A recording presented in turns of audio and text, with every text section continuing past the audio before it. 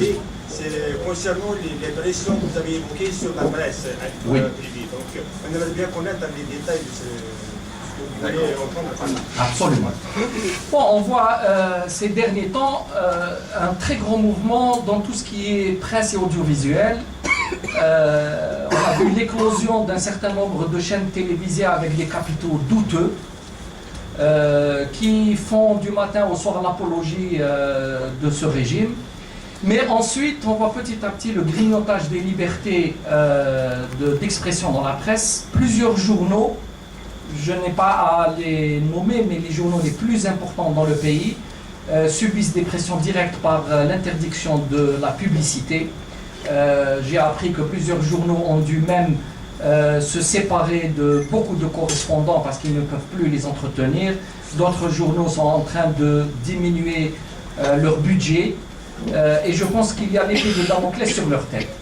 Et cerise sur le gâteau, on nous avance le nom d'un homme très connu pour être un partisan qui avait même dit dans une radio que si en 97 ils avaient sauvé le pays, c'était grâce au trafic de vote, qui était président du groupe parlementaire du RND pour ne pas le nommer. Donc le célèbre Milot Chorfi, qui ne peut parler sans lire, même si vous lui dites comment vous vous appelez, il faut qu'il lise. C'est-à-dire, c'est un homme qui n'a aucune liberté, et qui a été donc nommé à la tête de cette institution, non pas pour réguler, mais pour balayer les libertés. Voilà, M. Milot Chorfi n'a aucun CV réaliste, raisonnable à proposer à la profession. C'est un homme qui ne fait qu'en ce qu'on lui demande de faire. Ça, c'est honteux, et il faut dénoncer ce genre de dérive. M. Milot Chorfi n'a en aucune façon le profil qu'il faut pour occuper une place si importante, mais bien entendu, le pouvoir n'en a cure. Il présente des vitrines, il parle de régulation et de liberté, mais il met des geôliers et non pas des hommes de profession. Alors, pour l'organisation, la question du confrère, comment un peu ça va se passer pour dialoguer avec le pouvoir? Déjà, qu'est-ce qui vous dit que le pouvoir va accepter de discuter avec vous à l'avenir? Alors, il y a ce que peut faire l'opposition, même si c'est peu. Mais il y a aussi la situation du pays. Sur le plan économique, elle devient de plus en plus difficile. Vous avez vu que la loi de finances pour 2015 qu'ils annoncent, non seulement ils vont augmenter les impôts pour les producteurs et diminuer les impôts pour les importateurs, c'est intéressant à voir ça, mais ils prévoient 15% de déficit du budget.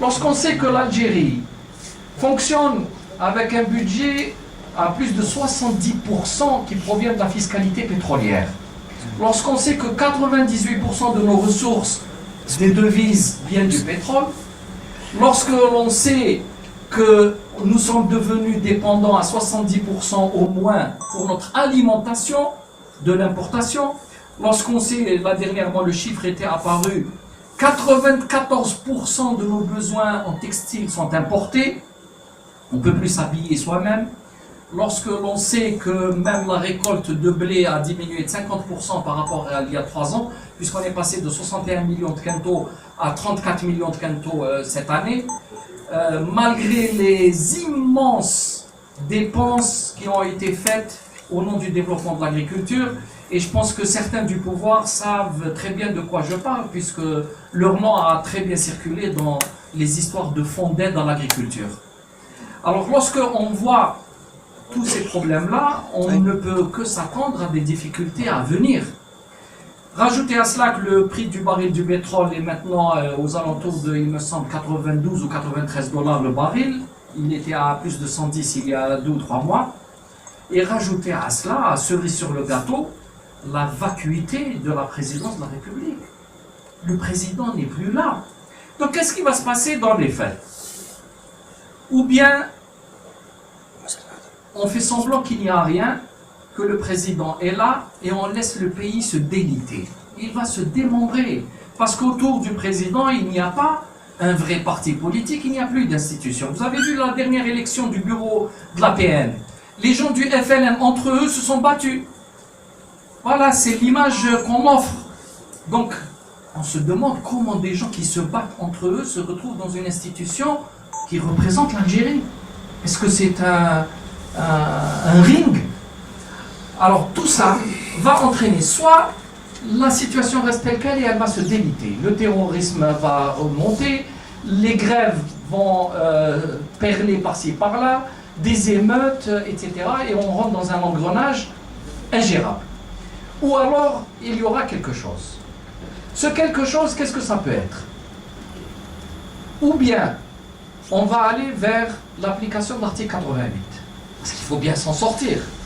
L'application de l'article 88 de la Constitution va devoir venir soit d'une crise de lucidité du président, parce que le reste du temps, je ne pense pas qu'il soit très lucide, ou alors il est complètement irresponsable. Si à un moment donné, il s'aperçoit qu'il y a quelque chose de complètement anormal, il va démissionner et l'article 88 entre en action.